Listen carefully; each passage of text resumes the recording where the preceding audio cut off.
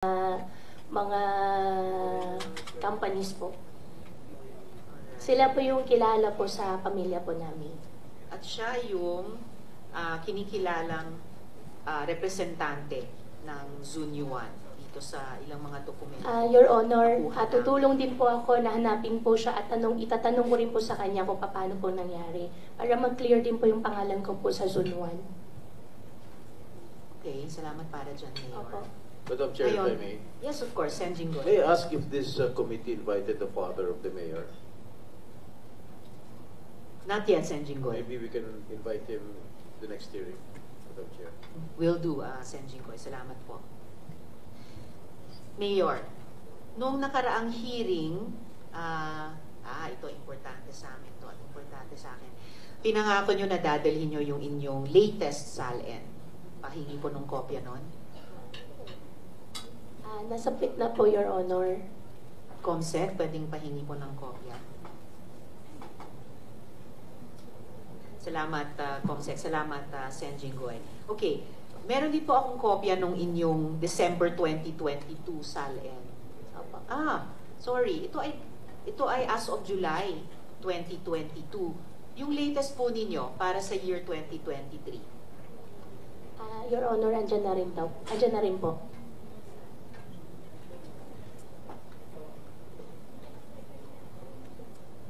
Madam Chair, pwede makasingit? Yes, just before the Chair recognizes Sen. Rafi, ang hawak ko ngayon ay dalawang kopya nung SALN as of July 1, 2022. Yung pong SALN 2023, Mayor, na pinangako nyo na dadalhin nyo. Pahingi na po ng kopya. Your Honor, andyan po yung copy po. Nasaan? Part po ng compliance po. Naka-attach daw po. Comsec?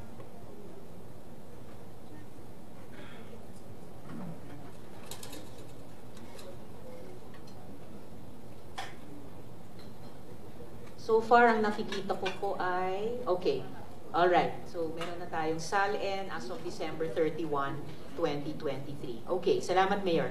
And I also have a copy of your December, sorry, not your December 2022, but your July 2022 SALN. And,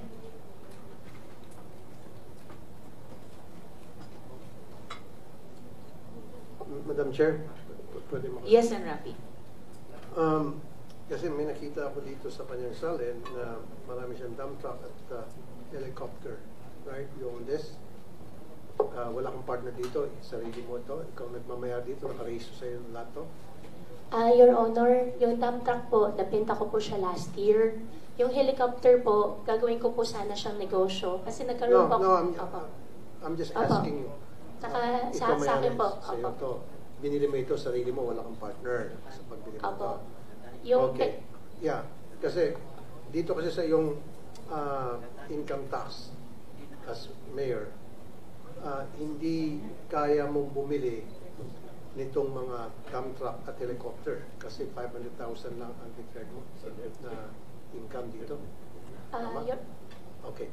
So, siguro doon sa business mo, nakadeklara to. So, magkano sweldo mo doon sa negosyo? Your Honor, hindi po siya sweldo.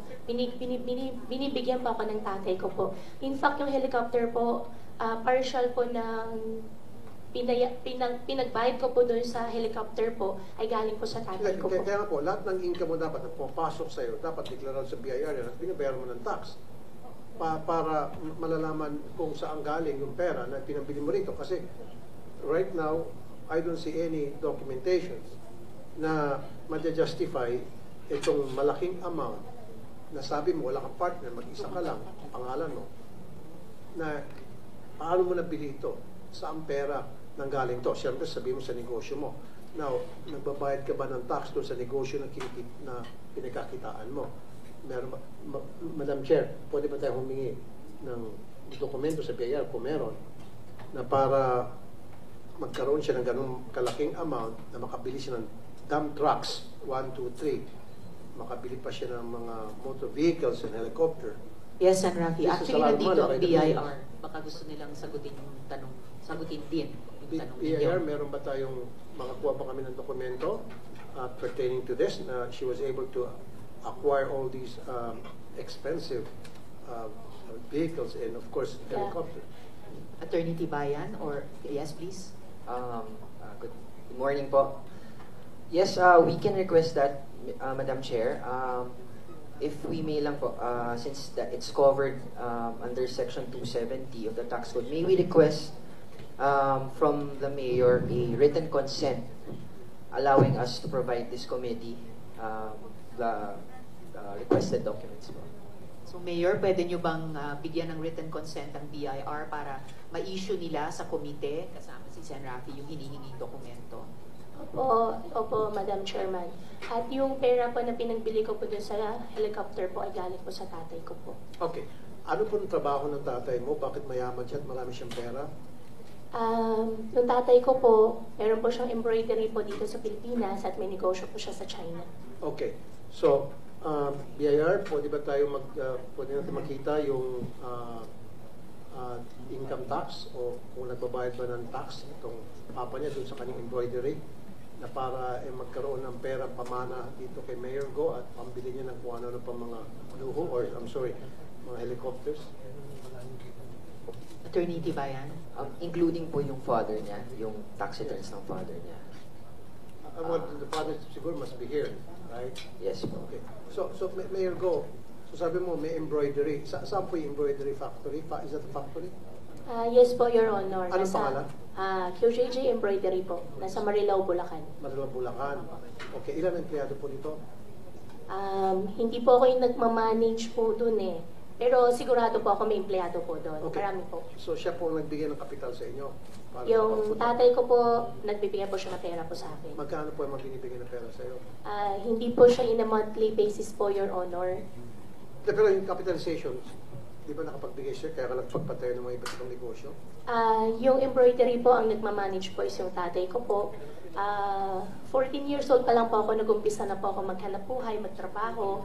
At every now and then po, binibigyan po ako ng tatay ko po. Pero nagbigay sa iyo ng malaking pera, big chunk of money, binigyan ka ng father mo. Kaya yun ay nagamit mo para i-invest sa mga negosyo.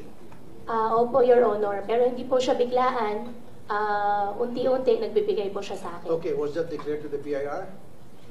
Those Um, unti-unti money hanggang sa lumaki at naging enough para makapagpundar ka ng negosyo. Kasi dapat pag nagpundar ka ng negosyo, dapat masabi mo doon kung saan ang source noon. Opo, Your Honor. Ang understanding ko po, since hindi po siya income, kaya hindi ko po siya dineclare po. But that has to be declared BIR, di ba? So anybody, anything na pera na pumasok sa iyo at yung perang yon ininvest mo sa negosyo, that has to be declared sa BIR. Attorney Tibayan? Sorry?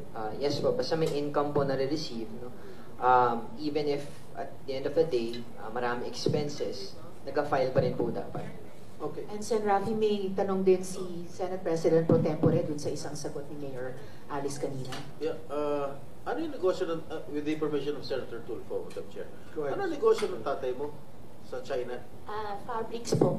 Ano po? Fabrics, tela. Fabrics. Opo, may Magkano embroidery din kinikita po. niya? Your Honor, hindi na po niya natidisclose po sa akin. Okay, magkano binibigay sa'yo tatay mo? Sino Ah, mo nagbibigay tatay mo sa'yo? Opo, nagbibigay po siya sa akin.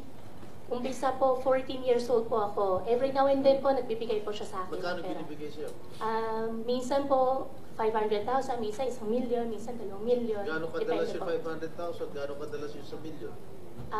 Your Honor, as much as ayaw ko po talaga sagutin yung hindi ko po alam, pero hindi naman po siya, hindi po siya in a regular basis po. Gano'ng kadalas yung magbigay? Since 14 years old ka? Apo, Bibigyan since siya 14 years old po ako. Negosyante ka na nung 14 years old ka? 14 years old po, nagtatrabaho na po ako sa farm. Oh, so nagbibigay siya ng pera, kalahating milyon, sa milyon, saan mo nilalagay yung pera? Sa farm po. In fact nga po, nakwento ko po kay Ma'am Karen kahapon. First time po niya ako pinagawan po ng cheque when I was 17 at natalbugan po ako dahil wala pong pondo, hindi po ako naglagay po ng sufficient. Okay, nasaan ang tatay mo? Ang tatay ko po, nasa ibang bansa po ngayon. Nasaan? Nasa China po. Kailan siya babalik? Siguro mga 1 linggo lang po. Sigurado kong babalik? Every now and then naman po, labas-pasok naman po siya dito sa Pilipinas po. Okay, Mayor, meron lang akong tatanong. Sana sagutin mo Opo. ang katotohanan. Sino nag-operate ng o nagpa-manage ng Pogo before you became mayor? Your Honor, ang nag-ooperate, ang nagma-manage po ay yung mga Chinese po. Yung si Shi Chun-chan po na taga Hongshen at si Huang Ji-yang po na taga Baofu po. This is quite personal. Opo. Wala ka asawa? Wala po. Boyfriend? Wala po. Sigurado? Sigurado po. Wala ka live-in partner? Wala po. Yung live-in partner mo, nagpa-manage ng Pogo operations mo sa Bamban? Hindi po. Sigurado ka? Sigurado po ako. Wala ka relasyon sa isang public official? Wala po. Marami na po sila nalilink po sa akin simula po na buksan pong issue. Sobrang dami na po nila nililink po sa akin pero wala pong partner, wala pong... Paano nililink sa'yo? Romantically? Or what man? Yes po, Your Honor. Sino-sino? Huwag na po natin pag-usapan.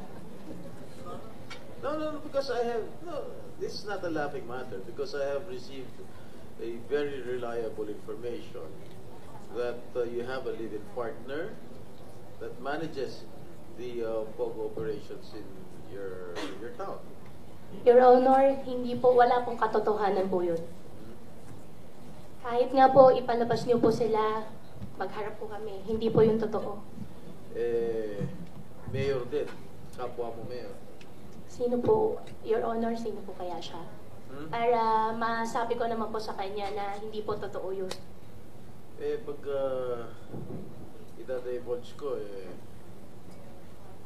siyempre, di-deny mo. Hindi naman po kasi Mayor totoo. sa isang bayan sa Norte. Opo. May kilala ka ba? Norte po, marami po ang kakilalang mayor po ng Norte po. Sa Pangasinan. Pangasinan, meron po. Alam ko na po yung nililink niyo po sa akin. Hindi ako naglilink sa'yo. Wala akong ano. Pero wala pong katotohanan. Hindi po Sino totoo. ba yun nililink sa'yo? Kayo na lang po magsabi sa akin, Your Honor. Para sigurado baka mamaya madamay pa po sila kung magme-mention po ako ng pangalan. Magsasalita naman po ako Ikaw ng totoo. nagsasabi, kilala mo na kung sino yung nililink ko sa'yo. Sabihin mo kung sino. Basta, Your Honor, wala pong boyfriend, wala pong partner po. Madam Chair, pinapahiwatig mo na sino yung nililink sa'yo. Your Honor, yung nagsabi po sa inyo na possible siya po yung nalilink po sa akin ng mayor, pwede ko po ba malaman kung sino po siya? Para tama po yung isa po na sa isip ko po. Mayor nga ng At Pangasinan. pogi po ba siya? Ha? Pogi naman po siya. Hindi ko makilala eh. Yung po nagkwento po As sa Sen inyo. Jinggoy said, hindi po laughing matter. Apo. Madam Sorry Chair. po. And Sen Jinggoy, I think Sen Rafi would like to interject. Sinig lang Allow ako. Sen One Rafi. second.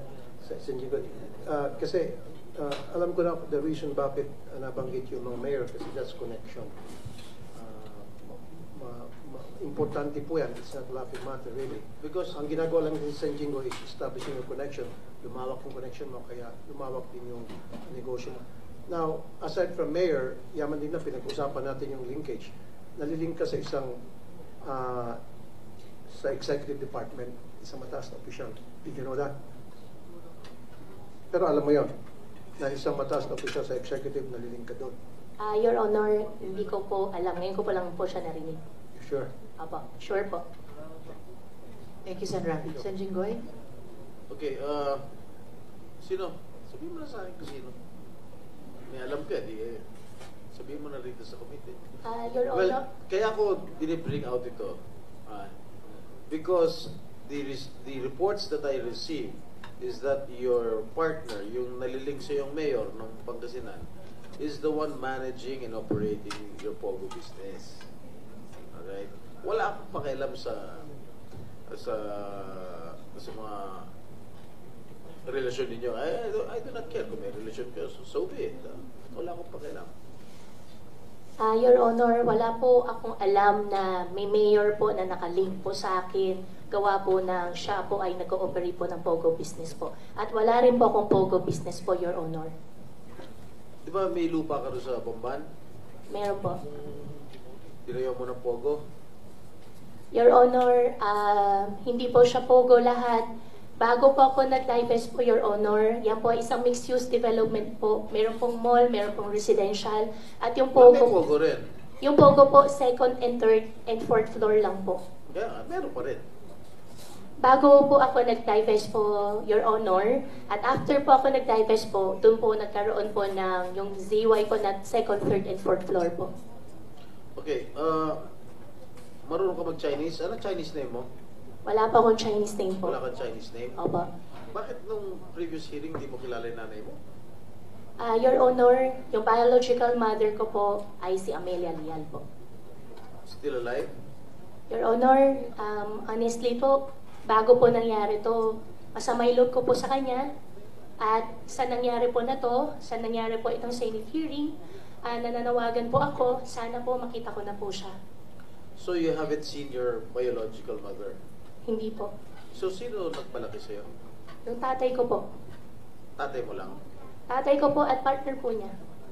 Partner? Opo. Si partner ng tatay mo? Opo. Okay, how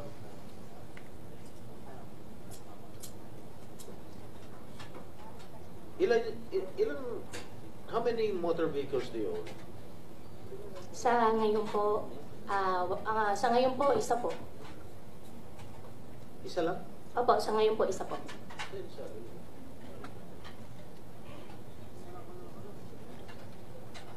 Pero marami kang dump truck. Kasi pangalan mo lahat.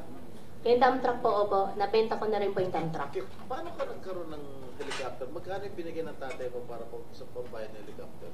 Yung helicopter po, pinag-ipunan ko po at sa loob po ng 2 years po binigay sa akin ng tatay ko po yung kalahati po nung pangbayad po ng helicopter. Kalahati? Opo. Kasi nakalagay dito 60 million pesos. Your Honor, nabili po siya less than $1 million po. Yung dollar po nung time po na nabili po is kung di po ako nagkakamali, 46 or 47 po. When did you purchase the helicopter? 2019 po yata. Kanino nyo pinurchase? Lion Air po. Lion Air. Opo. Kay Archie po. Ang kausap ko po si Sir Rene. Rene Sia. Opo, Rene siya po. Sia. Opo, siya. Patay na. Namatay na. Anyway, bakit Pogo yung napili mong negosyo? Your Honor, wala pa akong Kasi na negosyo. nanggaling kayo sa piggery at farming business. Your Sino Honor, nag-udyok sa'yo na magpatayo ng Pogo doon? Your Honor, wala pong Pogo business at hindi po ako yung nagpatayo. Sa akin lang po is only yung property po, yung lupa lang po. Wala kang negosyo Pogo? Wala po ako Sino negosyo Pogo. nagmamanage? Bakit mo pinayagan magkaroon ng Pogo doon sa property mo? Your Honor, nag-umpisa po kami, yung Baofu po, bago po ako nag-divest po, in-invite ko po sila para mag-invest po sa Bamban. Pero ako po, wala po akong Pogo na business po at hindi rin po ako nagmamanage po ng Pogo. At license po yung Pogo na andun po sa Bamban. Ang sa akin lang po, is nung naging mayor na po ako, nagbigay po ako ng business permit po.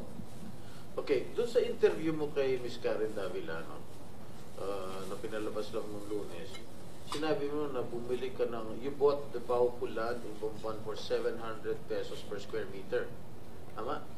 Tama po, Your So Honor. it was about 55.3 million pesos for the 7.9 hectare land in 2018.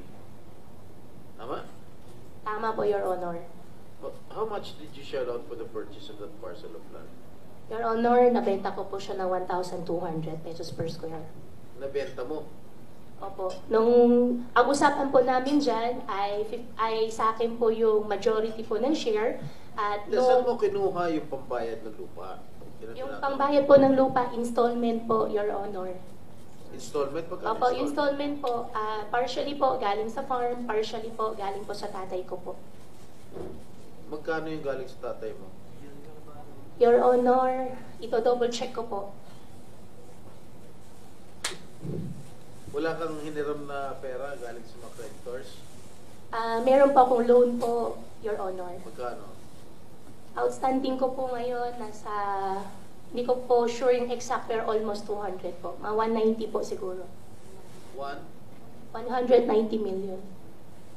So tinatanong sa ni Senator Risa, ni Madam Chair kanina, kung sino yung mga Board of Incorporators mo rito sa Bauco. At halos lahat ay may mga criminal records. At ngayon, sinabi mo, ngayon mo lang nalaman? Your Honor, dun sa Zhang Ziyang, nalaman ko po nung first hearing po na fugitive po siya. Before po noon, hindi ko po talaga alam. Dun sa naman po dalawa, nakita ko po dun sa Facebook post po ni Madam Chairman po at gumawa po ako ng research po, nag-search po ako sa Google. Sino ito si Lin Baoying? Lin Baoying, yan po yung nakita ko po kahapon po na isa po siyang incorporator po ng Baofu at nung after ko po mag-divest po, hindi ko na po alam. Hindi mo kilala itong si Lin Baoying? Si Lin Baoying, tsaka yung isa pa po na lalaki, hindi ko po kilala. Ang kilala ko lang po dyan, si Zhang Ziyang. Kasi she's the only woman accused in the $2.8 billion money laundering case. Ito. Hindi mo kilala? Hindi ko po kilala, Your Honor. Board of Directors ng Baofu, hindi mo kilala? Hindi ko po kilala. Ang kakilala ko lang po dyan, ang kausap ko po dyan is Zhang Ziyang. Sino yun sila? Sino ulit? Zhang Ziyang. O ano siya? Board of Incorporators din? Opo, Board of Incorporators. At siya po yung kausap ko po. So hindi mo kilala itong si Lin Baoying? Lin Baoying, hindi ko po siya kilala. Ilan ba yung Board of Incorporators mo? Meron pong 3 foreign po. Walang Pilipino? Meron pa po isang Filipino. Sino? Rachel Joy po. Ikaw, anong participation mo doon? Ang participation ko po doon sa Baofu po ay sa akin po yung property, sa akin po yung lupa. Hindi ka member ng ano? Board of Incorporators? Bago po, incorporator po ako at after ko po mag-divest po, umalis na po ako. After kang, Mag-divest po, 2021 po. nung nag-mayor ka, Hindi pa po ako mayor po noon. Gusto po nila magpasok na po ng pera at wala pa ako ipapasok. Kaya napag-usapan po namin na ibebenta ko na lang po yung percentage po ng share po na hawak ko po. alright, Madam Chair, since the majority of the senators is meeting today, I will just reserve my right to question the next hearing. Certainly, Sen. Jinggoy, at Thank you, salamat Madam po. Chair. Opo. Bago ko rin balikan yung maraming tanong ko sa tatlong salen yung Mayor, gusto ko lang tanong ng ilang mga tanong kay Chair Garcia ng COMELEC.